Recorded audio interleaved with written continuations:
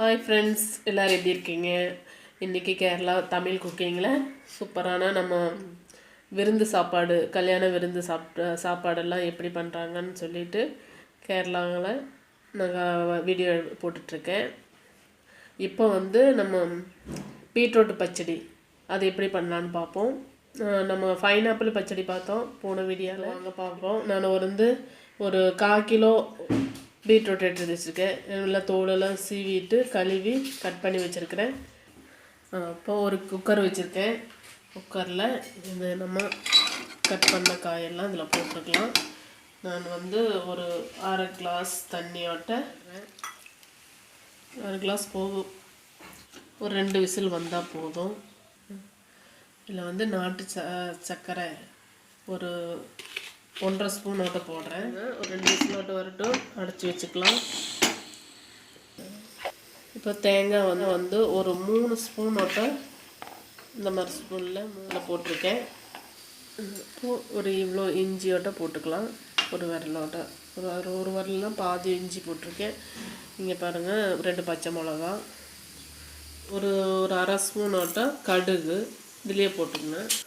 ஒரு ஜீரகம் 1/4 ஸ்பூன் ஓட்ட போட்டுக்கோங்க. இப்போ இது அரைச்சிட்டு வந்துடலாம். அவ்வளோதான். நல்லா நைஸாக அரைக்கணுங்க, அதுதான் எனக்கு தேவை. இப்போ விசில் வந்துடுச்சுங்க. இப்போது இறக்கிடலாம். விசில் போயிடுச்சு. இது ஆற வைக்கணுங்க. ஒரு பாத்திரத்தில் மாற்றிடலாம். நல்லா ஒரு பெரிய பாத்திரத்தில் மாற்றினீங்கன்னா சீக்கிரமாக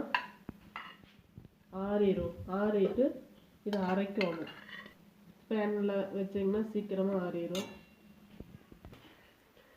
இப்போ நல்லா ஆறிடுச்சுங்க. இது இப்போ மறுபடியும் மிக்சியில் போட்டு நல்லா நம்ம தேங்காய் சட்னியெல்லாம் அரைப்போம்ல, அந்த மாதிரி போட்டாவே போதுங்க. அதுக்கு மேலே நல்லா நைஸாக அரைக்க வேண்டாம். அரைச்சி எடுத்துடலாம்.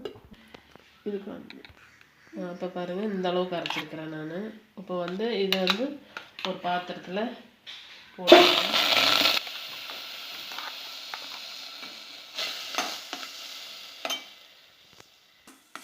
இது கொஞ்சம் கிளறி விட்டுக்குங்க. கொஞ்சம் பச்சை வாசனையெல்லாம் இருந்தால் போட்டும். இப்போ அந்த பச்சை வாசனையெல்லாம் போயிடுச்சுங்க. இப்போ பச்சை வாசனையெல்லாம் போயிடுச்சு. நம்ம அரைச்ச பார்த்திங்களா தேங்காய், அதெல்லாம் அதுவும் இதில் மிக்ஸ் பண்ணிக்கலாம். அது ஒரு 2 நிமிஷம் 3 நிமிஷம் அந்த பச்சை வாசனை போகிற அளவுக்கு நீங்கள் மிக்ஸ் பண்ணுங்கள். அது சிம்மில் வச்சுக்கோங்க. ஏன்னா அது கட்டியாக இருக்கிறனால அடி பிடிக்கும். மறுபடியும் நம்ம அதில் தண்ணி கொஞ்சம் இருக்குதுன்னு பார்த்தீங்களா, வேக வச்சது. அது இதை கொஞ்சம் ஊற்றிக்கலாம். அளவு உப்பு போட்டுக்கோங்க. இப்போ தயிர் ஒரு 1/2 கப்பு தயிர் எடுத்து வச்சுக்கிறேங்க. இது இதில் மிக்ஸ் பண்ணிடலாம். பச்சை வாசனையெல்லாம் போன வரவு தான் தயிர் ஊற்றணும். புளிப்பு இல்லாத தயிர் எடுத்துக்கோங்க. நல்லா கட்டி தயிர் பண்ணிக்கலாம். இப்போ தேங்காய் எண்ணெய் ஒரு ஸ்பூன் தேங்காய் எண்ணெய். இப்போ பச்சை வாசனையெல்லாம் போயிடுச்சுங்க.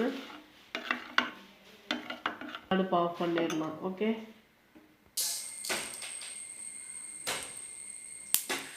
கடுகு போட்டுக்கலாம்.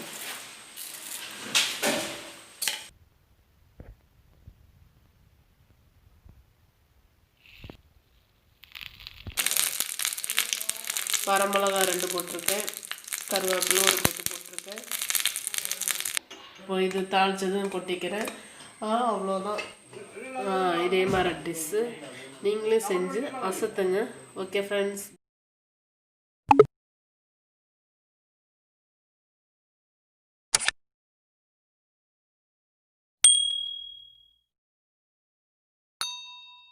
Bye.